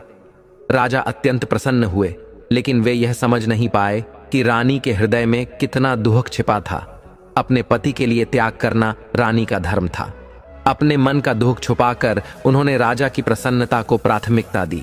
अगली सुबह राजा ने अपने मंत्री से कहा, मंत्री जी, पंडित जी के गांव जाइए और शीतला के घर में हमारा विवाह प्रस्ताव प्रस्तुत कीजिए। मंत्री जी तुरंत पंडित जी के गांव के लिए प्रस्थान कर गए। उधर पंडित जी राज दरबार पहुंचे और राजा के प्रसन्न मुखमंडल को देखकर उनके मन में प्रसन्नता का संचार हुआ। राजा साहब ने पंडित जी को देखते ही कहा, अरे पंडित जी, हमारे दामाद बनने का समय आ गया है। मंत्री जी हमारे विवाह का प्रस्ताव लेकर आपके गांव गए हैं। पंडित जी यह सुनते ही आश्चर्यचकित रह गए और स्तब्ध होकर बोले, महाराज, आप किस कन्या से विवाह करने जा रहे हैं? राजा साहब हंसते हुए बोले, हम उस कन्या से विवाह करेंगे जिसका नाम शीतला है। हम उसके पिता का नाम नहीं जानते, परंतु उसकी सरलता ने हमारे हृदय को जीत लिया है। पंडित जी के कानों में जैसे वज्रपात हुआ। उन्हें चक्कर आने लगा और वे गिरने ही वाले थे कि एक सैनिक ने उन्हें संभाल लिया। राजा ने चिंतित होकर पूछा, पंडित जी, क्या आपकी तबीयत ठीक नहीं है? पंडित जी ने धीरे से कहा, हाँ महाराज, हमारी तबीयत ठीक नहीं है। हमें कुछ देर विश्राम की आवश्यकता है। राजा से अनुमति लेकर पंडित जी घर लौटने के लिए निकले, लेकिन उनके मन में गहरा असमंजस था। वे सोचते रहे, यह राजा साहब को क्या हो गया है? क्या वे सचमुच मेरी फूल जैसी मासूम पुत्री से विवाह करना चाहते हैं? वह उनकी बेटी की उम्र की है। यह तो मेरे लिए बहुत बड़ा संकट है। पंडित जी आंगन में बेचैनी से टहलते हुए अपनी व्यथा प्रकट कर रहे थे। उनके शब्दों में गुस्सा और असहायता झलक रही थी। उन्होंने पंडिताइन से कहा, पैसे की तंगी तो माता रानी की कृपा से दूर हो गई, लेकिन अब हमारी जान पर बन आई है। राजा साहब हमारी बेटी शीतला से विवाह करना चाहते हैं। हम उन्हें मना भी नहीं कर सकते, वरना वह हमें और हमारे परिवार को नष्ट कर देंगे। पंडिताइन ने सिर झुकाकर पंडित जी की बातें सुनी, परंतु उनके भीतर विश्वास की लौ अभी भी जल रही थी। वह धीरे धीरे बोली, पंडित जी, माता रानी ने जब हमारे कठिन समय में सहायता की, तो अब भी वह हमें इस संकट से निकालेंगी। हमें उन पर पूरा विश्वास रखना होगा। पंडित जी गुस्से से बोले, श्यामा, यह सब तुम्हारी ही गलती है। अगर तुम मुझे राजा के दरबार में नहीं भेजती, तो आज यह विपत्ति हम पर नहीं आती। हम इन एहसानों के बोझ तले दबे नहीं होते। श्यामा ने धैर्यपूर्वक उत्तर दिया, पंडित जी, जो कुछ हुआ उसमें हमारी नियति का हाथ था। माता रानी ने पहले हमारी सहायता की है और अब भी करेंगी। आप चिंता मत कीजिए। माता रानी हमारी बेटी को बचाने का कोई न कोई मार्ग अवश्य दिखाएंगी। पंडित जी व्यथित मन से श्यामा की ओर देखते हुए बोले, अब तो हमें केवल माता रानी ही बचा सकती हैं। फिर वे खटिया से उठे, आंगन में जाकर पानी से स्नान किया और भीतर स्थित माता रानी के मंदिर में बैठ गए। उनकी पत्नी श्यामा और दोनों बच्चे भी उनके साथ माता रानी के सामने हाथ जोड़कर बैठ गए। पंडित जी ने माता रानी की मूर्ति के समक्ष विनम्रता से कहा, माता रानी, यह कौन सी विपत्ति हमें दे दी आपने? इस संकट से अब केवल आप ही हमें मुक्ति दिला सकती हैं। कोई ऐसा मार्ग दिखाओ कि राजा साहब हमारी बेटी से विवाह करने का विचार त्याग दें। पंडित जी की आवाज में करुणा और विनय थी। उन्होंने आगे कहा, यदि यही प्रस्ताव राजा अपनी बेटी के लिए लाते, तो हम अपनी जाति और मर्यादा भूलकर राजकुमार से अपनी बेटी का विवाह करने के लिए सहर्ष तैयार हो जाते। परंतु अब हम असहाय हैं। हे माता रानी, हमें राह दिखाओ। माता रानी के समक्ष की यह प्रार्थना अत्यंत भावपूर्ण थी। पूरा परिवार मूर्ति के सामने झुका हुआ था। उनके हृदय में भक्ति और आशा का दीप प्रज्वलित थे। उस रात किसी ने ठीक से भोजन नहीं किया। सभी अपने अपने कमरों में चले गए, लेकिन चिंता ने सभी को बेचैन कर रखा था। श्यामा सोने का प्रयास कर रही थी। तभी अचानक माता रानी ने उसे स्वप्न में दर्शन दिए। माता रानी ने मुस्कुराते हुए पूछा, क्या हुआ श्यामा, तुम्हारा परिवार इतना उदास क्यों है? श्यामा स्वप्न में ही चौंक कर उठ बैठी और माता रानी से कहा, माता रानी, आप तो सर्वज्ञानी हैं, फिर भी यह प्रश्न पूछ रही हैं। राजा हमारी नन्ही बेटी से विवाह करना चाहता है और हम असहाय हो गए हैं। बताइए हे मां, इस कठिन परिस्थिति में हम क्या करें? माता रानी श्यामा की व्याकुलता पर हंसते हुए बोली, अरे पगली श्यामा, परेशान क्यों होती हो? अपने पंडित जी से कहो कि राजा को एक बार फिर पुण्य की जड़ पाताल दिखाएं। यही तुम्हारी समस्या का समाधान है। श्यामा हैरानी से बोली, माता जी, यह क्या बात हुई? हम इतने बड़े संकट में हैं और आप हमें फिर से पुण्य की जड़ पाताल दिखाने की बात कह रही हैं? माता रानी ने अपनी मुस्कान के पीछे छिपे रहस्य को उजागर करते हुए कहा, श्यामा, यही एकमात्र उपाय है। राजा को पुण्य की जड़ पाताल का दर्शन कराओ और तुम्हारी समस्या का अंत हो जाएगा। चिंता मत करो, सब कुछ ठीक होगा। यह कहकर माता रानी अंतर्ध्यान हो गईं। सुबह होते ही श्यामा ने पंडित जी को जगाया और स्वप्न का पूरा वृतांत बताया। पंडित जी ने ध्यान से सुना और कहा, यदि माता रानी ने स्वयं यह मार्ग दिखाया है तो यही सही होगा। हम आज ही राजा के दरबार में जाकर उन्हें यह प्रस्ताव देंगे। श्यामा ने पंडित जी का उत्साह बढ़ाते हुए कहा, माता रानी ने हमारी हर विपत्ति में साथ दिया है। यह संकट भी उनके आशीर्वाद से टल जाएगा। पंडित जी ने स्नान कर पूजा की और माता रानी से आशीर्वाद लेकर महल की ओर प्रस्थान किया। राजा के दरबार में पहुंचते ही पंडित जी ने विनम्रता से कहा, महाराज, मैं एक विशेष प्रस्ताव लेकर आया हूं। कृपया एक बार फिर हमारे साथ पुण्य की जड़ पाताल का दर्शन करें। राजा ने थोड़ी हैरानी से पंडित जी की ओर देखा, परंतु उनकी बात को गंभीरता से लिया। राजा बोले, पंडित जी, हम आपके साथ चलने को तैयार हैं। राजा और उनके दरबारियों के साथ पंडित जी पुनः सुंदर तालाब के पास पहुंचे। तालाब के किनारे खड़े होकर पंडित जी ने प्रार्थना की और बुलंद स्वर में कहा, पुण्य की जड़ पाताल में है। जैसे ही यह वाक्य पूरा हुआ, तालाब का जल फिर से सूख गया और सोने की सीढ़ियां प्रकट हो गईं। राजा और उनके दरबारियों ने विस्मय से यह अद्भुत दृश्य देखा। पंडित जी ने राजा से कहा, महाराज, आइए पाताल के नगर का दर्शन करें। पाताल में प्रवेश करते ही राजा को भव्य और दिव्य नगर का दृश्य दिखा। वहां के वातावरण में शांति और आनंद की अनुभूति थी। अचानक एक दिव्य पुरुष प्रकट हुए और राजा से बोले, महाराज, सच्चा पुण्य वही है जो मन को शुद्ध करे और दूसरों के हित में हो। किसी की इच्छा के विरुद्ध कोई कार्य करना अधर्म है। सच्चा राजा वही है जो प्रजा के हर जीव को सम्मान और सुरक्षा प्रदान करे। दिव्य पुरुष के वचनों ने राजा के हृदय को छू लिया। उन्होंने पंडित जी की ओर देखा और बोले, पंडित जी, आपने हमारी आंखें खोल दी। अब हम शीतला को अपनी बेटी के समान मानेंगे और उसका विवाह किसी योग्य युवक से करेंगे। आपका परिवार सदा सुरक्षित रहेगा। राजा के इस निर्णय से पंडित जी का मन हल्का हो गया। उन्होंने माता रानी का हृदय से धन्यवाद दिया। राजा ने पंडित जी से वादा किया कि उनकी बेटी के विवाह की सारी जिम्मेदारी राज्य उठाएगा। पंडित जी महल से लौटकर घर आए और श्यामा को यह शुभ समाचार सुनाया। पूरा परिवार खुशी से झूम उठा। सबने मिलकर माता रानी के चरणों में झुककर धन्यवाद किया। शीतला का विवाह धूमधाम से संपन्न हुआ और पंडित जी ने अपने जीवन को भक्ति और सेवा में लगा दिया। इस प्रकार माता रानी की कृपा से पंडित जी का परिवार संकट से मुक्त हुआ और सुख शांति से जीवन व्यतीत करने लगा। पंडित जी ने सीखा कि सच्ची भक्ति और विश्वास से हर समस्या का समाधान संभव है।